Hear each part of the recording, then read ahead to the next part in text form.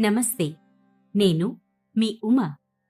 ఇప్పుడు రచయిత్రి మంజితా కుమార్ సేకరించి పంపిన పూరీ జగన్నాథుడి మహిమలు అనే కథను విందాం. పూరీలో ప్రతి గోడ ఒక కథ చెబుతుంది. మట్టిని ముట్టిన మహిమ గురించే చెప్తుంది. అవును, అక్కడ అణువణువున జగన్నాథుడే ఉన్నాడు. అటువంటి జగన్నాథుడి లీలా విశేషాలతో కూడిన కథే ఈ పూరీ జగన్నాథుడి మహిమలు. అయితే మనం కథ వినడం ప్రారంభించే ముందు సౌకర్యవంతమైన స్థితిలోకి వెళదాం. మీకు ఇష్టమైన రీతిలో పడుకొని అన్ని లైట్లను ఆఫ్ చేసి మీ కళ్ళు మూసుకోండి. నెమ్మదిగా గాలి పీలుస్తూ పూర్తిగా లోతైన శ్వాస తీసుకొని వదలండి. ఈ ప్రపంచాన్ని, ఇవాల్టి జ్ఞాపకాలను మెల్లగా పక్కకు నెట్టి నిద్రలోకి క్రమంగా జారుకొనే సమయమిది. మరోసారి నెమ్మదిగా గాలి పీలుస్తూ లోతైన శ్వాస తీసుకొని మీ శరీరంలోని ఒత్తిడిని బయటకు వదిలేయండి. ఇప్పుడు చేయాల్సిందల్లా విశ్రాంతి తీసుకోవడం, సేద తీరటం, మునుపటి స్థితికి రావటం. మీరు ఇప్పుడు మంచం మీద ఉన్నారు. రోజువారీ అలసట నుంచి మీ శరీరం విశ్రాంతి తీసుకుంటున్నట్లుగా మీకు అనిపిస్తుంది. కాళ్ల నుంచి మొదలుపెట్టి మీ అవయవాల్లోని ఒత్తిడిని ఒక్కొక్కటిగా బయటకు పంపించేయండి. మీకోసం అవన్నీ రోజంతా చాలా కష్టపడ్డాయి. కాబట్టి వాటికి విశ్రాంతి తీసుకునే అర్హత ఉంది.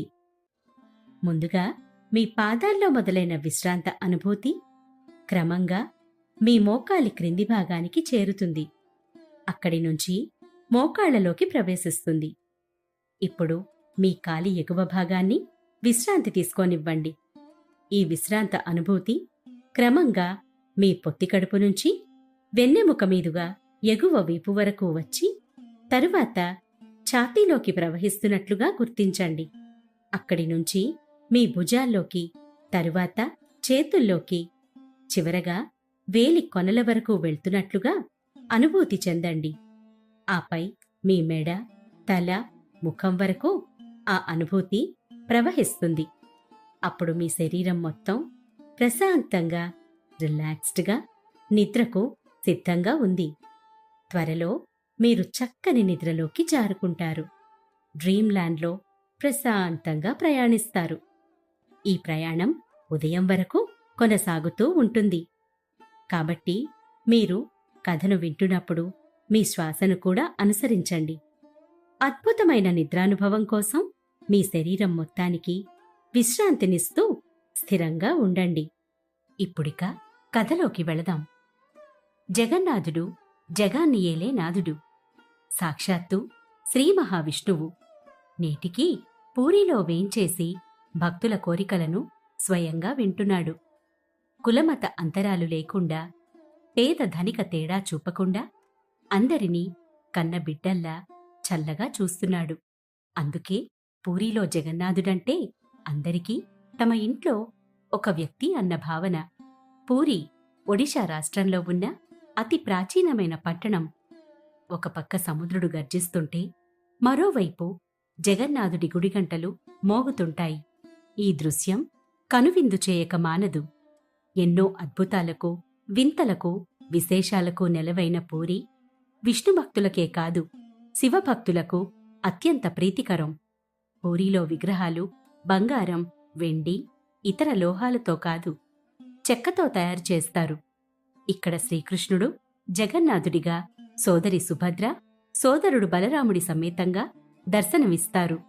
సంస్కృత భాషలో జగత్ అంటే విశ్వమని, నాథ్ అంటే ఆ విశ్వానికి ప్రభువని అర్థం. అందుకే ఇక్కడ నల్లనయ్య జగన్నాథుడయ్యాడు, అందరి మనసుల్లో కొలువయ్యాడు. పూరీ జగన్నాథ ఆలయాన్ని అలనాడు ఇంద్రద్యుమ్న మహారాజు నిర్మించాడు. ఇందుకు సంబంధించిన ఒక పురాణ కథ ప్రాచుర్యంలో ఉంది. అడవిలో నివసించే విశ్వావసుడు ఒక రహస్య ప్రదేశంలో నీలమాధవుడిని పూజించేవాడట. నీలమాధవుడంటే విగ్రహం కాదు, సాక్షాత్తు శ్రీ మహావిష్ణువే భూమిపైకి దిగివచ్చి స్వయంగా పూజలందుకునేవాడట. ఆ రాజ్యాన్ని పాలించే ఇంద్రద్యుమ్న మహారాజు ఎంతో మంచివాడు. ప్రజలను బాగా చూసుకునేవాడు. రాజ్యం సుభిక్షంగా ఉండేది. అయినా అతడిలో ఏదో తెలియని అసంతృప్తి ఉండేదట. ఆయన ఎందుకలా తనకు అనిపిస్తోంది అని అనుకునేవాడట. ఓసారి స్వప్నంలో ఆయనకు నీలమాధవుడు కనిపించి తనకు గుడి కట్టమని కోరాడట. వెంటనే నిద్ర నుంచి లేచిన ఇంద్రద్యుమ్నుడు తన సభలో అత్యంత తెలివైన విద్యాపతి అనే యువకుడితో పాటు తన పరివారాన్ని విగ్రహవేటకై పంపించాడు. అలా వారు ఎన్నో రోజులు వెతుకుతారు. కాని ఎక్కడా విగ్రహజాడ తెలియదు. ఈలోగా విద్యాపతి ఒక అడవికి చేరుకుంటాడు. ఏమో అడవిలో నీలమాధవుడున్నాడేమోనని అతడికి సందేహం వస్తుంది. అక్కడి గిరిజనులతో మమేకమై కొన్నాళ్లు అక్కడే ఉంటాడు. ఈలోగా అక్కడి గిరిజనుల పెద్దయిన విశ్వావసుడి కూతురు లలితను ప్రేమిస్తాడు. ఆమె కూడా ఇతడి ప్రేమలో పడుతుంది. అప్పుడే విద్యాపతి అర్ధరాత్రి వేళ లలిత తండ్రి అయిన విశ్వావసుడు లాంతరు పట్టుకొని ఎక్కడికో వెళుతున్నట్లు, మళ్లీ మర్నాడు ఉదయమే వస్తున్నట్లు గమనిస్తాడు. అతడు తిరిగి వస్తున్నప్పుడు అతడి శరీరం నుంచి ఏదో అద్భుతమైన సువాసన వస్తున్నట్లు కూడా గుర్తిస్తాడు. ఇదే విషయాన్ని పలుమార్లు లలితను అడగగా ఆమె అది గిరిజనుల రహస్యమంటూ చెప్పకుండా దాటవేస్తుంది. ఈ రహస్యాన్ని ఛేదించాలంటే లలితను వివాహం చేసుకోవడమే మార్గమని విద్యాపతి భావిస్తాడు. అనుకున్నట్లుగానే అందరినీ ఒప్పించి ఆమెను పెళ్లాడతాడు. పెళ్లైన మరుక్షణం నుంచి నీలమాధవుడి విగ్రహం చూపించమని భార్యను కోరుతూనే ఉంటాడు. దేవి, ఒక్కసారి మీ తండ్రిగారికి చెప్పి నాకు ఆ నీలమాధవుడి విగ్రహాన్ని చూపించమని చెప్పవచ్చును కదా అని భార్యను ప్రేమగా బతిమాలతాడు. స్వామి, ఇంతవరకు మాలో ఏ ఒక్కరూ కూడా మా తండ్రిగారితో వెళ్ళి ఆ విగ్రహాన్ని చూడలేదు. అది కేవలం మా తండ్రిగారు మాత్రమే దర్శించే ఒక రహస్యం. ఇతరులు చూడరాదు అంటుంది లలిత తలదించుకొని. అంటే నేను పరాయివాడినా ప్రియా? ఇంతేనా మన ప్రేమ అంటూ లలితతో అంటాడు విద్యాపతి. భర్త మనసు నొప్పించలేక లలిత తన తండ్రితో భర్త కోరికను చెప్తుంది. ఏమిటమ్మా నువ్వనేది? అది దైవరహస్యం, అల్లుడికి ఎలా చూపించను అంటాడు. కాని కూతురు కన్నీరు చూడలేక, కొత్త అల్లుడి విన్నపాన్ని కాదనలేక విద్యాపతి కళ్లకు గంతలు కట్టి గుడికి రహస్యంగా తీసుకెళ్తుంటాడు. అతి తెలివైన విద్యాపతి దారి పొడవునా ఆవాలను దారి గుర్తుగా జారబెడుస్తాడు. నీలమాధవుడిని దర్శించుకొని ఆశ్చర్యపోతాడు. ప్రశాంతంగా నిద్రపోయేందుకు నీంద్ యాప్లోకి అడుగుపెట్టండి. ఈ క్షణమే నీంద్ యాప్ను డౌన్లోడ్ చేసుకోండి. ఒత్తిడిని తగ్గించి ప్రశాంతమైన నిద్రలోకి మిమ్మల్ని తీసుకెళ్లే చక్కని కథలు, ధ్యాన పద్ధతులు, ఆహ్లాదకర సంగీతాన్ని మీరు నీంద్ యాప్లో మాత్రమే వినండి. ఇవే కాకుండా పలు రకాల స్లీప్ ప్రోడక్ట్స్ అయిన sleep gummies, milk mix, sleep tea bags గురించిన సమాచారం తెలుసుకోవచ్చు. ఈ ప్రోడక్ట్స్కి మీరు బానిస అయ్యే అవకాశమే లేదు. వీటిని వాడడం వల్ల మీకు ఎటువంటి సైడ్ ఎఫెక్ట్స్ కూడా ఉండవు. సంపూర్ణంగా నిద్రపోయేందుకు ఇవి సహకరిస్తాయి. మీ నిద్రానుభవాన్ని మరింత మెరుగుపరుస్తాయి. ఏమిటి అద్భుతం! ఇది విగ్రహమా లేక నీలమాధవుడే స్వయంగా ప్రత్యక్షమయ్యాడా అనుకుంటూ పరవశించిపోతాడు. ఆ తర్వాత విశ్వావసుడు మళ్లీ విద్యాపతి కళ్లకు గంతలు కట్టి ఇంటికి తిరిగి తీసుకెళతాడు. వర్షాకాలం కావడంతో విద్యాపతి వేసిన ఆవాలు మొలకెత్తుతాయి. విద్యాపతి నీలమాధవుడి ఆచూకీ కోసం వేసిన ఆవాల గింజల దారి స్పష్టంగా తెలుస్తుంది. దీంతో వెంటనే ఇంద్రద్యుమ్న మహారాజుకు కబురు పెడతాడు. పరమానందభరితుడైన మహారాజు అడవికి చేరుకునేసరికి నీలమాధవుడు మాయమైపోతాడు. దీంతో విశ్వావసుడితో పాటు గిరిజనులు ఎంతో దుఃఖిస్తారు. ఈ ఘటనతో ఇంద్రద్యుమ్నుడు నిరాశ చెందుతాడు. ఈలోగా జగన్నాథుడు ఆయన కలలో మరోసారి కనిపించి చక్రతీర్థం అనే చోట వేపకొయ్యలు కొట్టుకొస్తాయని, వాటితో విగ్రహాలు చేయించమని ఆదేశిస్తాడు. వెంటనే రాజు తన పరివారాన్ని తీసుకొని సముద్ర తీరానికి చేరుకుంటాడు. నిజంగానే అక్కడ వేప కొయ్యలు ఉంటాయి. అయితే వాటిని ఒడ్డుకు ఎంత లాగినా రానే రావు. భటులంతా అలసిపోతారు. ఏనుగులు, గుర్రాలు తదితర జంతువులు కూడా ఆ కొయ్యలను ఒడ్డుకు తీసుకురాలేకపోతాయి. దీంతో మరోసారి మహారాజు దిగులు చెందుతాడు. అప్పుడు ఆకాశవాణి ఇలా పలుకుతుంది: పరమభక్తుడు విశ్వావసుడు వచ్చి కొయ్యలను తాకితేనే అవి ఒడ్డుకు చేరుతాయి అని చెబుతుంది. వెంటనే విశ్వావసుడిని అక్కడకు పిలిపించి తన వల్లే నీలమాధవుడి విగ్రహం మాయమైనందుకు క్షమాపణలు కోరుతాడు మహారాజు. కొయ్యల విషయం తెలుసుకున్న విశ్వావసుడు దేవుడు తనకు ఈ అవకాశం ఇచ్చినందుకు సంతసించి కొయ్యలను తాకుతాడు. అంతే, అవి టక్కున ఒడ్డుకు వచ్చేస్తాయి. ఇదంతా చూసిన స్థానికులు ఆనందంతో ఉప్పొంగిపోతారు. కొయ్యలతో ఎలా విగ్రహాలను తయారు చేయాలా అని తర్జన భర్జన పడుతుంటాడు మహారాజు. అప్పుడే దేవశిల్పి విశ్వకర్మ వృద్ధుడి రూపంలో వస్తాడు. మహారాజా, నేను ఈ కొయ్యలకు రూపం ఇవ్వగలను. అయితే నాదో షరతు అని అంటాడు. షరతా? ఏమిటది అనడిగాడు మహారాజు. నేను ఒక గదిలో అత్యంత రహస్యంగా 21 రోజుల పాటు విగ్రహాలను చెక్కుతాను. ఈ సమయంలో ఎవరూ వచ్చి ఆటంకం కలిగించకూడదు. అలా చేస్తే పనిని మధ్యలోనే వదిలేసి వెళ్ళిపోతాను అంటాడు. మహానుభావా, తమరు ఎలా చెబితే అలా అంటూ నమస్కరిస్తాడు మహారాజు. వెంటనే వృద్ధుడు పనిని మొదలు పెడతాడు. ఆకలి దప్పికలు లేకుండా రహస్యంగా ఓ గదిలో విగ్రహాలను తయారు చేస్తుంటాడు. అయితే బయటకు మాత్రం ఏ అలికిడి రాదు. దీంతో మహారాణి గుండిచాదేవికి కాస్త భయం వేస్తుంది. మహారాజా, అసలే వృద్ధుడు తిండి నీరు లేకుండా లోపల పని చేస్తున్నాడు. కాని ఏ శబ్దమూ బయటకు రావట్లేదు. నాకెందుకో భయంగా ఉంది. తలుపులు తెరిచి చూస్తే మంచిదేమో, ఆ వృద్ధుడికి ఏమన్నా జరిగి ఉంటుందని నాకు అనుమానంగా ఉంది అంటూ గాభరా పడుతుంది. గుండిచాదేవి అలా అనగానే మహారాజు తలుపులు తెరిపిస్తాడు. లోపల చూడగా ఆశ్చర్యం! శిల్పి కనిపించడు. చేతులు కాళ్ళూ లేని సగం చెక్కిన విగ్రహాలు మాత్రం దర్శనమిస్తాయి. అయ్యో, ఎంత పనిచేశాను! నా వల్లే ఈ విగ్రహాల తయారీ ఇలా అర్ధాంతరంగా మధ్యలో ఆగిపోయింది అంటూ బాధపడతాడు. గుండిచాదేవి కూడా తన తొందరపాటుకు బాధపడుతుంది. అప్పుడే నారదులవారు అక్కడికి వస్తారు. మహారాజా, దిగులు చెందకు, అంతా దైవేచ్ఛ. ఇకపై ఈ విగ్రహాలు ఇలానే పూజలందుకుంటాయి అంటూ రాజదంపతులను ఓదారుస్తాడు. అందుకే ఇప్పటికీ పూరీ ఆలయంలోని విగ్రహాలకు అభయహస్తం, వరదహస్తం కనిపించదని అంటారు. చతుర్దశ భువనాలను వీక్షించడానికా అన్నట్లు ఇంతింత కళ్ళు మాత్రం ఉంటాయి. అయితే కనురెప్పలు ఉండవు. అంటే 24 గంటలు కనురెప్పలు వేయకుండా భక్తులను కనిపెట్టుకొని ఉంటాడని దాని భావం. ఇందుకు సంబంధించిన మరో కథ కూడా ఉంది.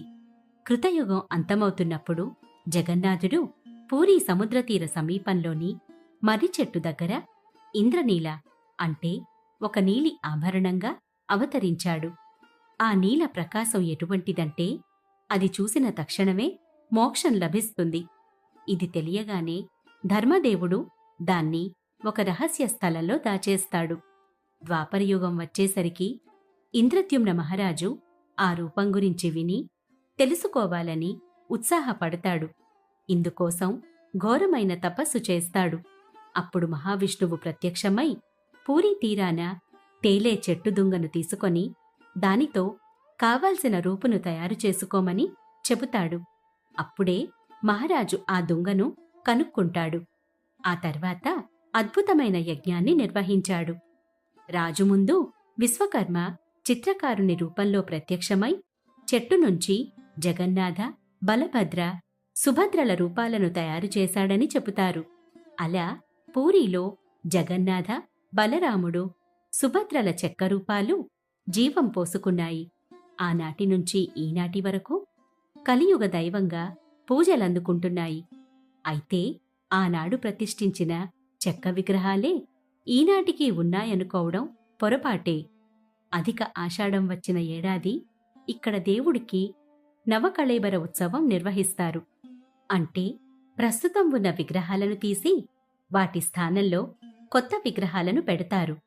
మరి పాత విగ్రహాలను ఏం చేస్తారు అంటే దేవాలయంలోనే ఉన్న శ్మశానంలో పాతిపెడతారు. సంప్రదాయాలను అనుసరించి అంత్యక్రియలు పూర్తి చేస్తారు. ఇంతకీ నవకళేబర యాత్ర ఎలా సాగుతుందంటే నవకళేబర యాత్రలో ప్రధాన ఘట్టం వనయాగ యాత్ర. దేవతా విగ్రహాల తయారీకి కలపను అన్వేషించడమే యాత్ర లక్ష్యం. జగన్నాథ యాత్రకు 65 రోజుల ముందు చైత్రశుద్ధ దశమి నాడు వనజగయాత్ర మొదలవుతుంది. దైతాపతులు, బ్రాహ్మణులు, విశ్వకర్మలు కలిసి ఇందుకో ముహూర్తాన్ని నిర్ణయిస్తారు. అనంతరం 4 ప్రధాన దైతాపతులు ఒక్కొక్కరుగా బలభద్రుడు, జగన్నాథుడు, సుభద్ర, చివరగా సుదర్శనుని వద్దకు వెళ్లి ఆజ్ఞామాల తెచ్చుకుంటారు. అంటే అనుమతి అన్నమాట. ఆ బృందం మంగళవాద్యాలతో బయల్దేరి ఆలయం వెలుపలికి వస్తుంది. అక్కడి నుంచే యాత్ర మొదలవుతుంది. రెండో రోజు పూరీ పట్టణానికి ఈశాన్య ప్రాంతంలోని మా మంగళాదేవి ఆలయానికి చేరుకుంటారు.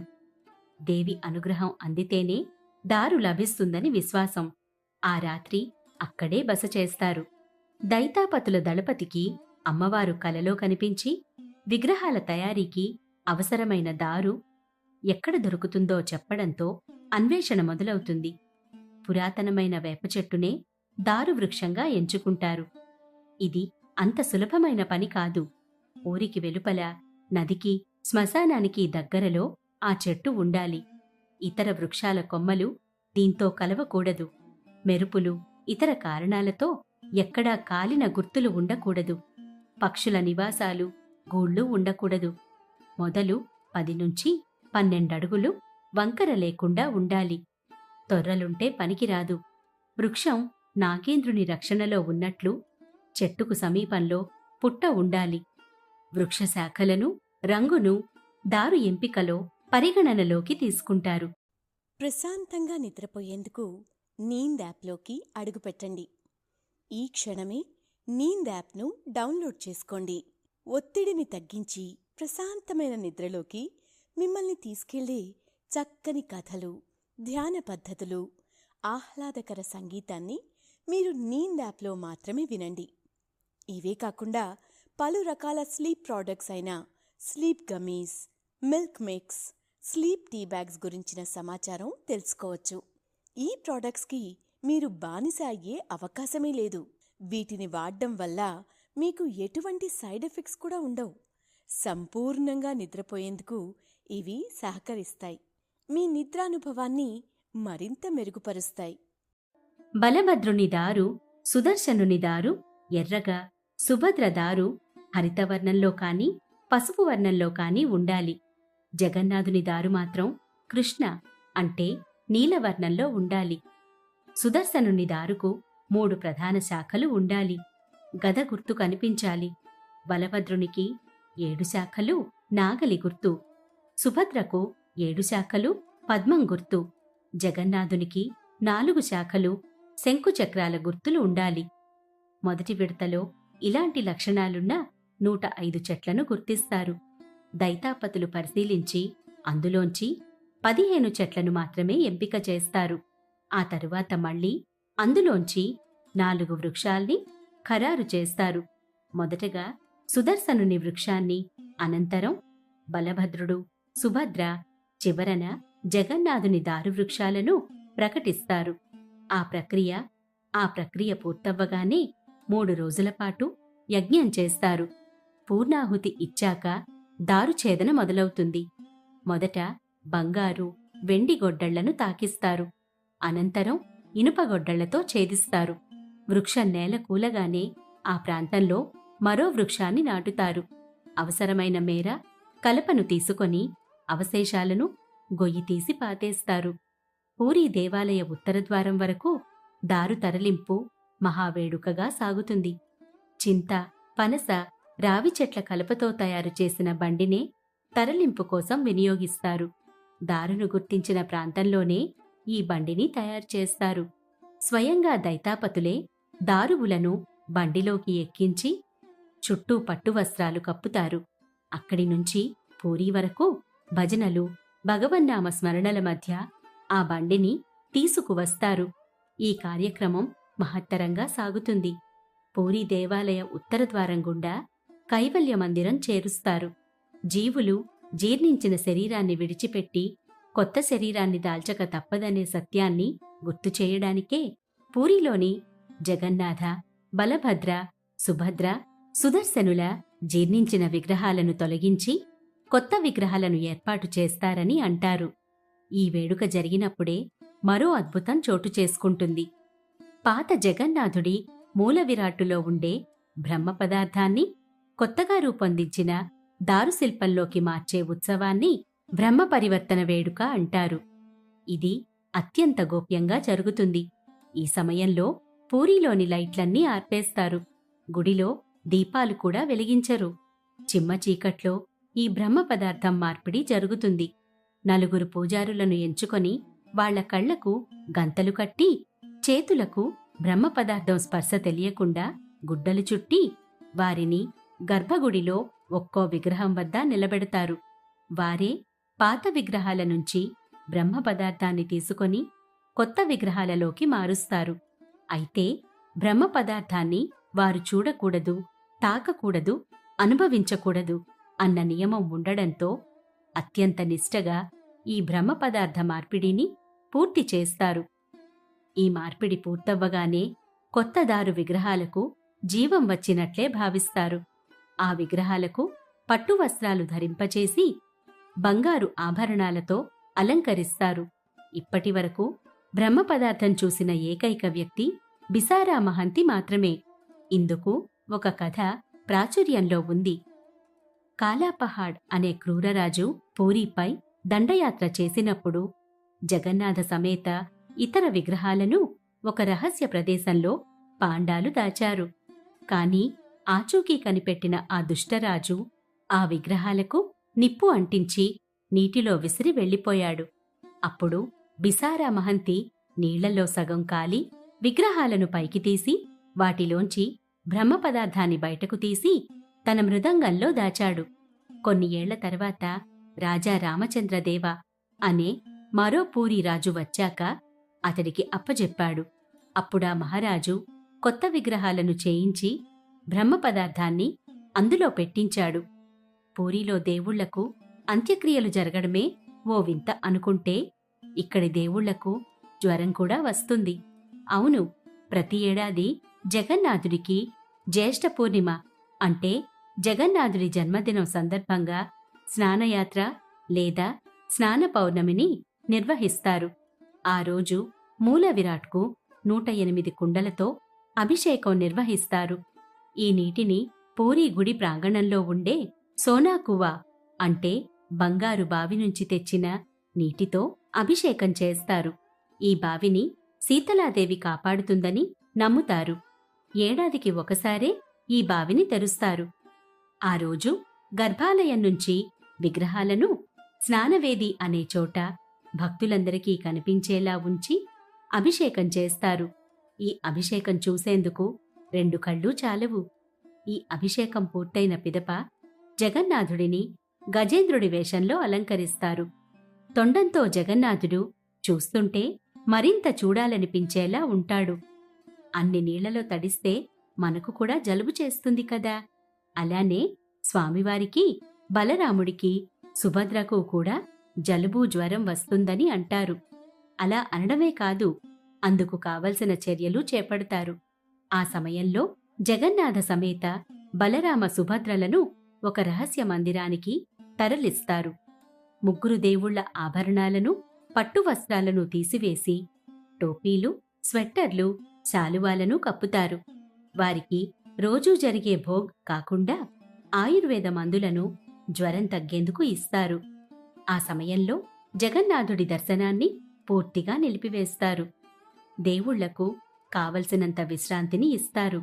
ఈ సమయంలో భక్తులు బ్రహ్మగిరి అనే సమీప ఊరిలో విష్ణు స్వరూపమైన అల్వార్నాథ్ని కొలుస్తారు. దేవుళ్ల జ్వరం తగ్గిన తర్వాత, అంటే కేవలం రథయాత్ర ముందు రోజు మాత్రమే భక్తులకు జగన్నాథుడిని చూసే అవకాశం ఉంటుంది. దీనిని నవయవ్వన అని అంటారు.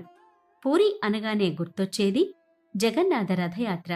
వస్తున్నాయి వస్తున్నాయి జగన్నాథ రథచక్రాల్ అన్న పదాలు ఎంత పేరు తెచ్చుకున్నవో మనకు తెలిసిందే. మన దేశంలో అత్యంత ప్రసిద్ధిగాంచినది పూరీ జగన్నాథ రథయాత్ర. ఈ ఉత్సవం ప్రతి సంవత్సరం జూన్ లేదా జూలై నెలల్లో నిర్వహిస్తారు. ఈ రథయాత్రలో శ్రీకృష్ణుడు, బలరాముడు, సుభద్ర విగ్రహాలను పూరీనగర వీధుల్లో ఊరేగిస్తారు. ఈ ఉత్సవాన్ని తిలకించడానికి భారతదేశం నలుమూలల నుంచే కాకుండా దేశ విదేశాల నుంచి భక్తులు విశేషంగా తరలివస్తారు. ప్రతి ఏటా కొత్త రథాన్ని తయారు చేయడం ఇక్కడి ప్రత్యేకత. ఈ యాత్ర పూరీ ప్రధాన ఆలయం నుండి మొదలై గుండిచా దేవాలయం వరకు సాగుతుంది. సుభద్ర, జగన్నాథ, బలభద్రులు రథారూఢులై యాత్రకు సిద్ధంగా ఉండగా పూరీ సంస్థానాధీశులు స్వామి ముంగిట బంగారు చీపురుతో శుభ్రం చేస్తాడు. ప్రశాంతంగా నిద్రపోయేందుకు నీంద్ యాప్లోకి అడుగుపెట్టండి. ఈ క్షణమే నీంద్ యాప్ను డౌన్లోడ్ చేసుకోండి. ఒత్తిడిని తగ్గించి ప్రశాంతమైన నిద్రలోకి మిమ్మల్ని తీసుకెళ్లే చక్కని కథలు, ధ్యాన పద్ధతులు, ఆహ్లాదకర సంగీతాన్ని మీరు నీంద్ యాప్లో మాత్రమే వినండి. ఇవే కాకుండా పలు రకాల స్లీప్ ప్రోడక్ట్స్ అయిన sleep gummies, milk mix, sleep tea bags గురించిన సమాచారం తెలుసుకోవచ్చు. ఈ ప్రోడక్ట్స్కి మీరు బానిస అయ్యే అవకాశమే లేదు. వీటిని వాడడం వల్ల మీకు ఎటువంటి సైడ్ ఎఫెక్ట్స్ కూడా ఉండవు. సంపూర్ణంగా నిద్రపోయేందుకు ఇవి సహకరిస్తాయి. మీ నిద్రానుభవాన్ని మరింత మెరుగుపరుస్తాయి. ఈ వేడుకను చెరా పహారా అంటారు. ఈ ఘోషయాత్ర ఎంత నెమ్మదిగా సాగుతుందంటే జగన్నాథుడి గుడి నుంచి కేవలం 3 కిలోమీటర్ల దూరంలో ఉండే గుండిచా గుడికి చేరుకోవడానికి దాదాపు 12 గంటల సమయం పడుతుంది. అసలు ఈ రథయాత్ర ఎందుకు జరుపుతారు అంటే ఇందుకు సంబంధించి రకరకాల కథలు ప్రచారంలో ఉన్నాయి. ద్వాపర యుగంలో కంసుడిని వధించడానికి బలరామకృష్ణులు బయలుదేరిన ఘట్టాన్ని పురస్కరించుకొని ఈ యాత్ర జరుపుతారని అంటారు. చాలా కాలమైంది ఒక్కసారి ద్వారకకు వెళ్లాలన్న సుభద్రాదేవి కోరికను సోదరులు తీర్చిన వైనమే రథయాత్ర అని మరికొందరంటుంటారు. ఏది ఏమైనా ఈ రథయాత్రను దర్శించడం పూర్వజన్మ సుకృతం అన్నది మాత్రం నిజం. ఈ రథయాత్ర గుండిచాదేవి మందిరం వరకే ఎందుకు వెళుతుంది అంటే ఇందుకు ఒక కథ ప్రాచుర్యంలో ఉంది.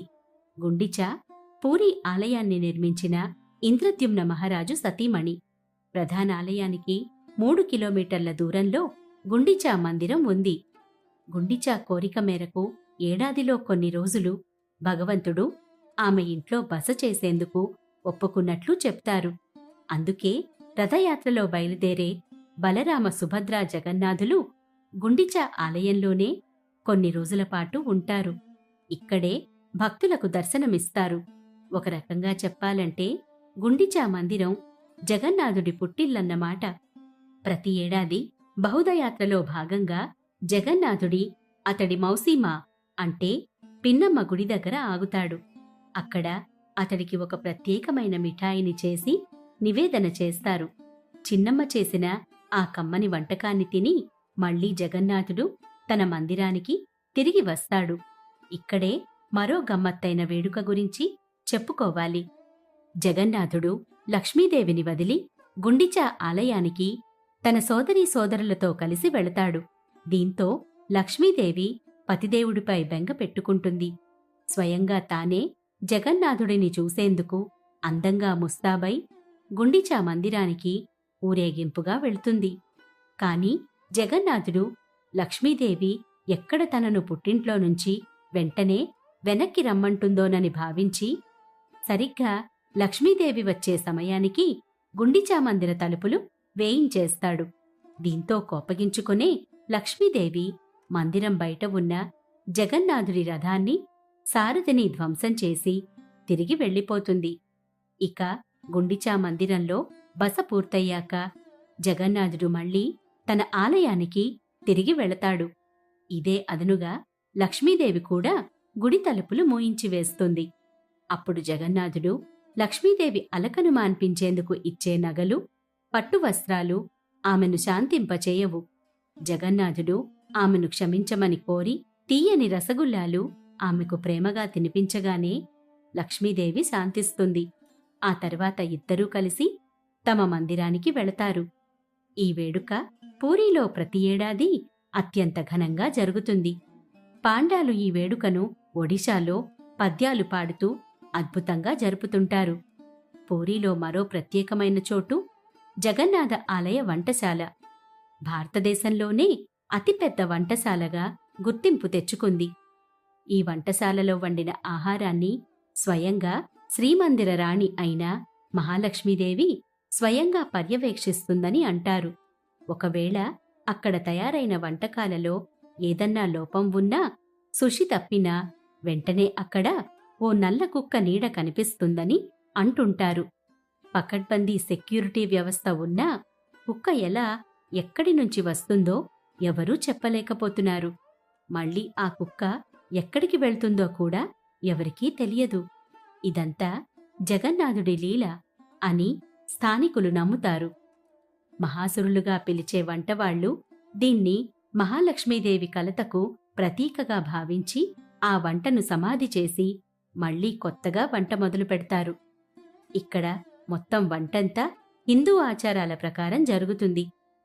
వంటకు మట్టి కుండలను మాత్రమే ఉపయోగిస్తారు. వంట కోసం వంటశాల దగ్గరున్న గంగా, యమున అనే 2 పవిత్ర బావుల నుంచి తోడిన నీటిని మాత్రమే ఉపయోగిస్తారు.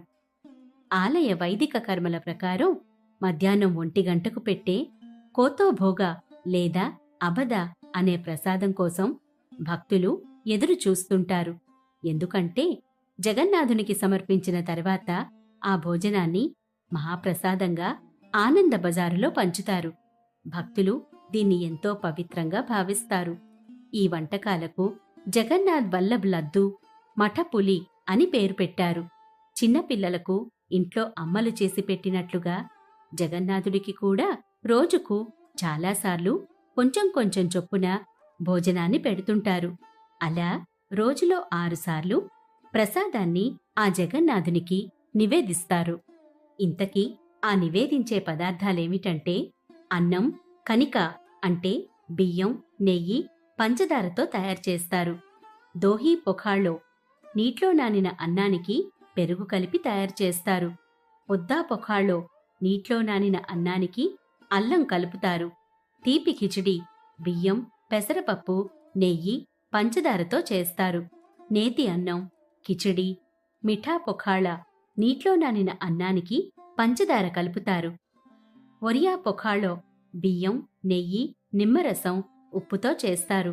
కాజా, గొజ్జ అంటే గోధుమ పిండి, నెయ్యి, పంచదారతో చేసే మిఠాయి. లడ్డు, మగజా లడ్డు అంటే గోధుమ పిండితో చేసే లడ్డు. మేడజీరా లడ్డు గోధుమ పిండికి జీలకర్ర చేర్చి తయారు చేసే లడ్డు. వల్లభ అంటే గోధుమ పిండితో చేసే ఒక ప్రత్యేక మిఠాయి.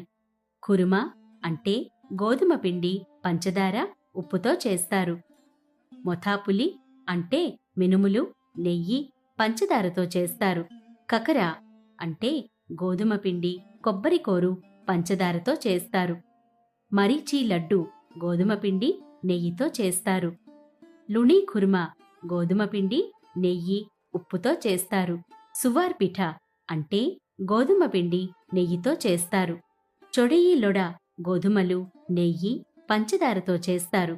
యమిలి వరిపిండి, నెయ్యి, పంచదారతో చేస్తారు. కొంటి వరిపిండి, నెయ్యితో చేస్తారు. మండ గోధుమ పిండి, నెయ్యితో చేస్తారు.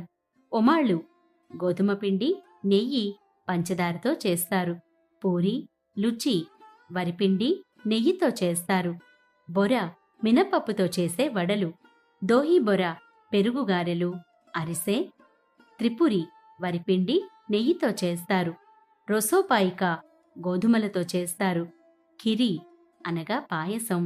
పాపుడి పాలమీగడ, పంచదారతో చేస్తారు. కోవా రాసాబొళి పాలు, పంచదార, గోధుమలతో చేస్తారు.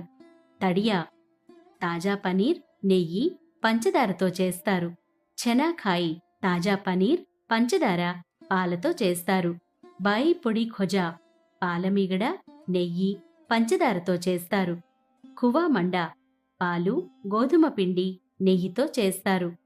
సొరాపులి పాలను గంటల తరబడి మరిగించి చేసే మిఠాయి.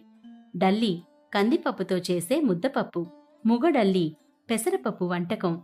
బిరిడల్లి మినుములతో చేసే పప్పు. ఉరద్ డల్లి మినప్పప్పు వంటకం. దాల్మా కందిపప్పు, కాయగూరలు కలిపి చేసే వంటకం. మహూర్ పప్పులు, కొర్రలతో చేసే వంటకం. బేసౌరా కలగూర వంటకం. సగో తోటకూర వంటకం. పొటులో రోసా పొటల్స్ లేదా పర్వల్ కూర. గొటీ బైగొణ గుత్తి వంకాయ కూర. ఖొటా చింతపండు గుజ్జు, బెల్లంతో చేసే లేహ్యం. రైతా పెరుగులో కూరగాయల ముక్కలు వేసి చేస్తారు. పిఠా గోధుమ పిండితో చేసే తీపి రొట్టె. బైగని వంకాయలతో చేసే వంటకం. ఈ ప్రసాదాలను చప్పన్ భోగ్ అంటారు. రోజూ సూర్యుణ్ణి, అగ్నిదేవుణ్ణి స్తుతిస్తూ హోమం చేశాక మాత్రమే ఈ పొయ్యిలను వెలిగించడం ఏళ్లనాటి నుంచి వస్తున్న ఆచారం. ఒకసారి వండిన కుండలపై మరోసారి వండరు. ఎప్పటికప్పుడు కొత్త కుండలు ఉపయోగించాల్సిందే. పూరీ జగన్నాథుడి లీలల గురించి ఎంత చెప్పినా తక్కువే. ముఖ్యంగా చెప్పుకోవలసింది కర్మాబాయి అనే భక్తురాలి గురించి. ఈమె ఉదయమే లేచి కాలకృత్యాలు పూర్తి చేసుకొని అల్లం, ఇంగువ, నెయ్యి, మరికొన్ని దినుసులతో చేసే కిచిడి అనే వంటకాన్ని స్వామికి నివేదించి దానిని యథాతథంగా ఆలయానికి పంపేది. అక్కడ కూడా నివేదనమయ్యాక అర్చకులిచ్చిన ప్రసాదాన్ని ఇంటికి తెచ్చుకొని తినేది. ఈ కిచిడి అంటే జగన్నాథుడికి ఇష్టం. అయితే ఓసారి ఓ బైరాగి మడి ఆచారం లేకుండా ఆమె చేసే కిచిడీ చూసి సహించలేకపోయాడు. మడికట్టుకొని వంట చేయాలని ఆమెకు సూచించాడు. దీంతో కర్మాబాయి ఇన్నాళ్లు తాను చాలా తప్పు చేశానని బాధపడింది.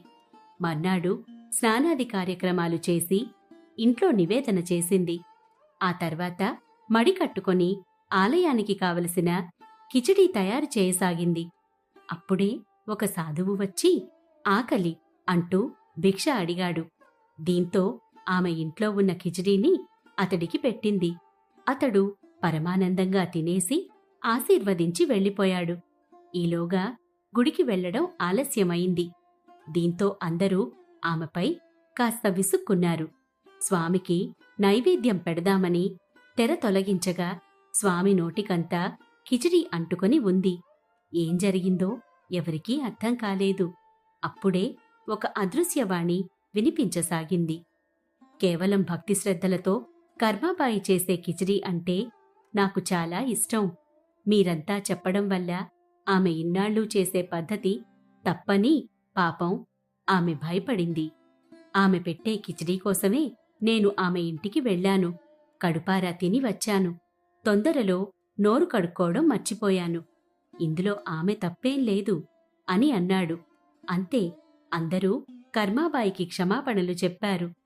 నేటికీ కర్మాబాయి జ్ఞాపకార్థం బంగారు పళ్ళెల్లో కిచిడీని జగన్నాథుడికి భోజనంగా పెడతారు.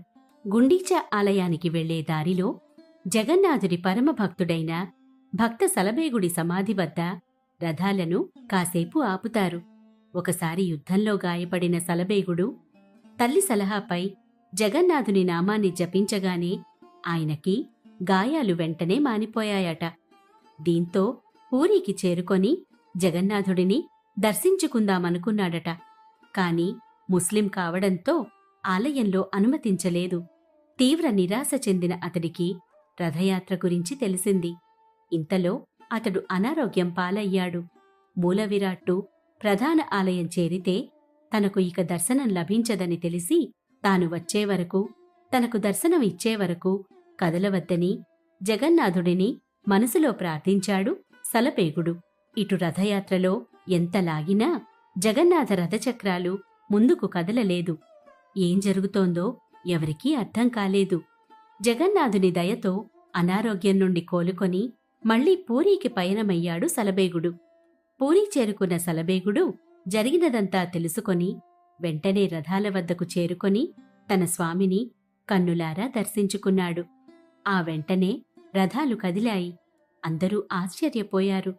ఇప్పటికీ రథయాత్రలో భాగంగా సలబేగుడి సమాధి వద్ద రథాన్ని ఆపడం ఆచారంగా వస్తోంది. ఇలా చెప్పుకుంటూ పోతే పూరీ గురించి ఎంత చెప్పినా తక్కువే. ఇక సెలవా మరి. శుభరాత్రి.